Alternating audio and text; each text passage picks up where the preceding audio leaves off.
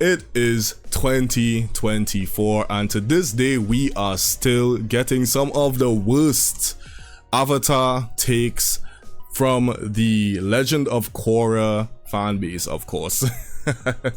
Today's video we're gonna be talking about the difference between passion versus ego with my good friend Marshall Arts, also known as Casper Artist on Twitter. Go follow him. Yo. Alright, and you know, a lot of people don't understand, they don't want to admit, I should say, that Korra is an arrogant and egotistical character, and she only does kind of bring that type of energy down a little bit much later in the series. You know, they try to pretend that that's not the case, so we are going to be getting into why we're even talking about this today.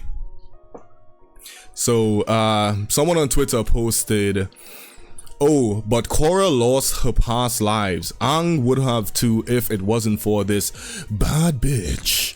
And y'all hate her ass too. Just say you hate women." This is what I mean by this is really what I mean by the Legend of Korra fanbase having the worst takes. It's not that we hate women. We hate bad writing, and that is what Korra is. Yeah, I mean, it's one of those things where people just sit here and try to compare people when they're, you know, in different times. Because Korra and Katara, Korra grew up in a life where she had everything pretty much handed to her by the White Lotus, and Katara grew up in a time where there was literally war and hunger, and you literally had to fight to survive. And she didn't even know how to fight fully with this. I forgot what Sokka called it. I think it was magic water. Magic water. Like but yeah, you stop splashing me. Yeah, they're from two different eras, and it's just really funny that people. But you think, you see, the thing is that I gotta say is that this is part of the reason why Korra has such a inflated ego, is because she had everything just kind of given to her. You know, she had like the best teachers, everyone kind of came to her. She didn't have to do the Avatar journey, which is a very humbling thing. Going to the different cultures, going to different parts of the world, meeting all of these different people, it broadens your horizons, and you kind of realize that, you know, while I am an important individual, there are bigger things than me. And I think that's one of the reasons why Korra had such a ego, bro. It's arrogance a lot of the times. Yeah, and it's really funny that like they tried to keep the Avatar in captivity when back in the day they would always travel around from a young age, going from place to place, and even you know, like you said, experiencing the food and the culture. Where she got to meet a couple people here and there from the culture and train with them.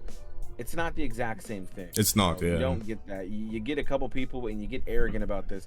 I really wish we could have seen her travel from the different nations nowadays, like how it was, to actually train and learn her abilities. Instead, even as a fan of Korra, as myself, I'm still a fan of Korra. Yeah, that's fine. It still kind of sucked that like they just skipped over, like, all right, you know, 3 of the 4 elements. Good luck. And you're just like, bro, what is it? And she got access to that shit at like, I think it was like 6 years old or something. It's kind of crazy. They definitely should have done the journey. Before I start showing you guys examples, I really want to say thank you for the 99 new subscribers within the last 28 days. Like, I'm pretty sure I'm still not gonna make my goal of 2,000. I wanted to get to 2,000 before the end of the year, you know, but you know, sometimes it happens, sometimes it doesn't. I'm still grateful for every single one of you that decided to give my channel a chance and check out what I got. So I just want to give you all some examples here of Korra being egotistical, like her ego just messing up a lot of the things around her, and this is one of the most blatant examples. First time Tenzin taught her how to maneuver like an airbender, they were using this 1,000-year-old airbending relic that teaches you how to move with the wind, how to calm yourself and flow like a breeze. Korra tried to force her way through it because that's pretty much what she thinks is right. She thinks that, you know, I'm a brute force this thing and it's going to work. When it doesn't work, she snaps, destroys it, and then tells Tenzin he's a bad teacher, which is, how egotistical do you have to be acting like that? That's kind of crazy work.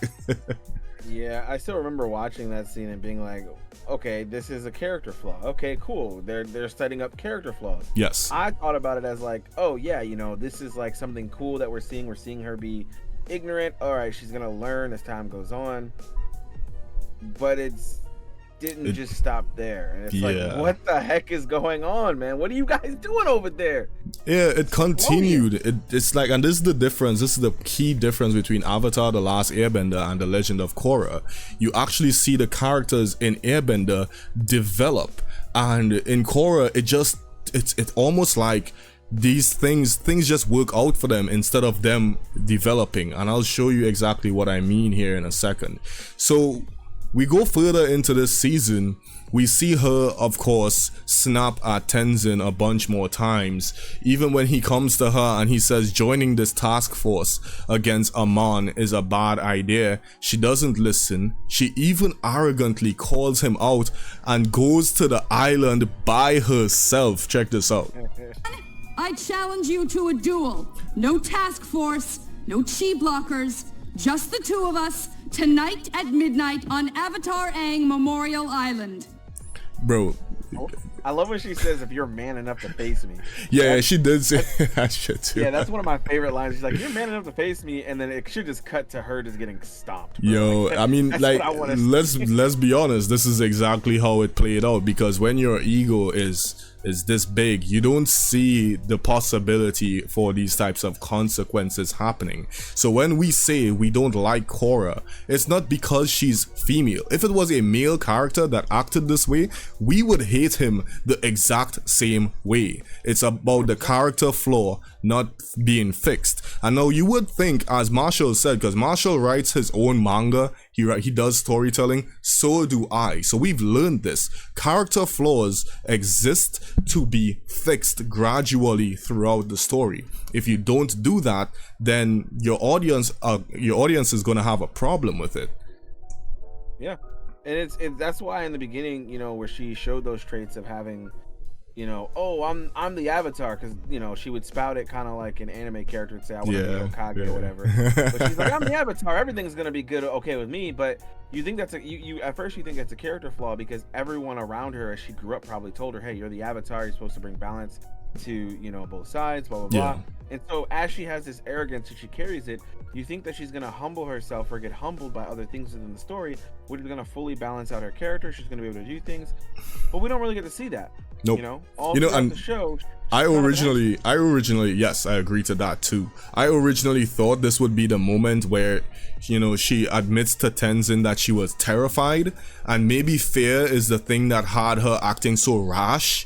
And, you know, you would think, okay, after you beat this villain and the end of the season, we're gonna see a Korra in the next season who is a bit more tame, a bit more understanding, you know, someone who has a bit more maturity. You know, at this point in the story, she's 17, mind you, and I understand she has this to learn, but as soon as the next season starts, she makes the exact same bad decision. As soon as she can't overcome something with brute force, she snaps at the people around her. Check this out. Listening to you, both of you. You keep me locked up, telling me you know what's best, but both of you were powerless against the spirit attack. I think it's time I had a new teacher. So it's kind of terrible that after you went through what you went through in the previous season, you learned absolutely nothing from it because of, as I said, this ridiculous ego that she has. She always thinks she's right. She's not learning. And let me just say this. What's really funny is, obviously, I remember being like stoked about the first season. I thought it was pretty good. And then, you know, everybody doesn't think they're going to get a season 2 in this show. This is actually what happened, in case somebody out there is wondering. They get greenlit for a season 2, so you think they would say, okay, what happened in the last season? How can we approach Korra and the cast differently? No, they just literally double down. They literally doubled down, and they were just like, last season, psh, get that out of here. Korra's gonna start from the beginning now, and it's just like they literally restarted her character to where she's making idiotic decisions, and it's almost like a CW TV show where they say, "Hey, we're not gonna lie to our friends," and then the next episode they're lying to their friends again. It's like, did you not learn from last season? Of course not. Hello. Because the same thing that we had happen here, where she's like telling Tenzin he's a bad teacher and disrespecting him, happens here where she leaves him and joins the obvious bad guy. Like, if you look, this dude looks like Aman. He looks like Yakun, I think was Aman's father. Dude just looks evil. I don't care if he's your uncle. The dude just looks like a villain. Like, have some type of awareness, man. You know, and it's so terrible that one thing just leads into the next. Avatar 1 showed her like a vision of, you know, why he closed the spirit portals and everything. And again, her arrogance just made her said, nah, fuck all that. I'm gonna do my own thing.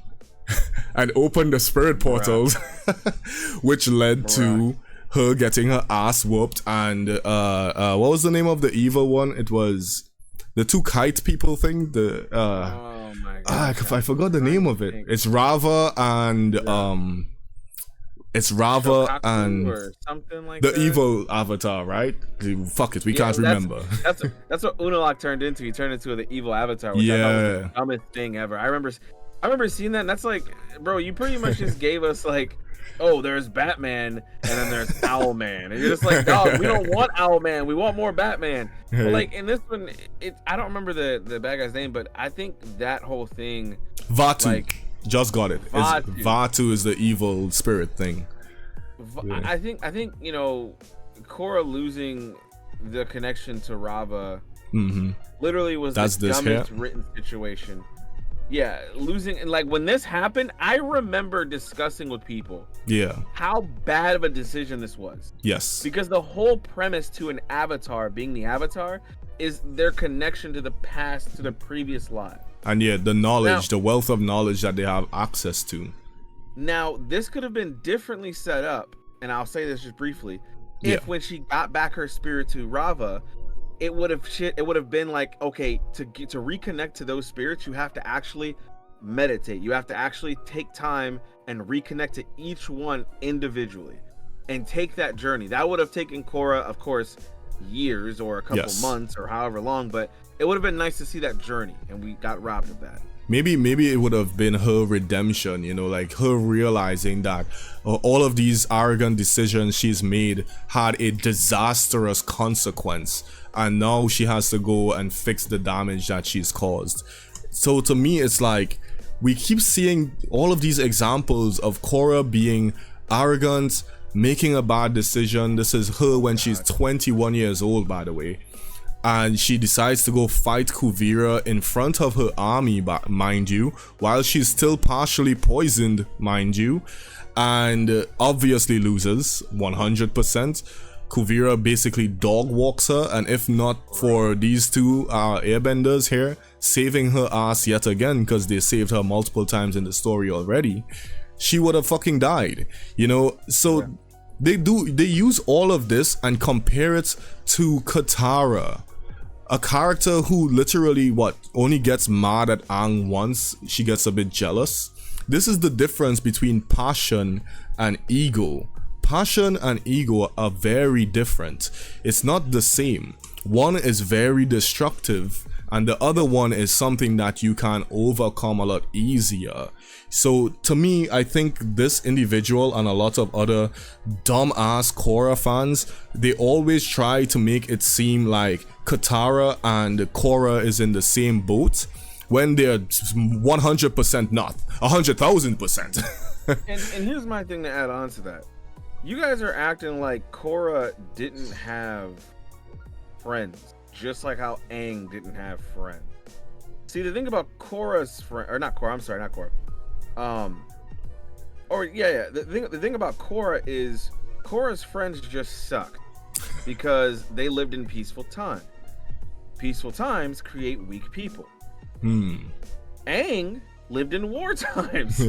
War times create strong people. Yeah. So you got to remember that Mako, Bolin, they lived in a gym where they had to fight not for their life, but they had to fight for sport, just to kind of for sport. Yeah. Literally, if you remember when Aang first met the two siblings, one of them, Sokka, was like, "Yo, we gotta throw down." Yeah, we gotta get rid of this person. He might be a spy. Yeah, we gotta kill these people. Not that he was really about that life at that time. Yeah. But that was his thought process. You can't say the same for peaceful time, Mako and Bolin. For me, I think it's like one of the reasons they ship characters like, because they've done this with Toph before as well. They're trying to make it seem like the people who hate Korra just hate all female characters in Avatar, which is just so far from the truth. That's their method of trying to make it seem like Korra hate is forced. It's not forced, man.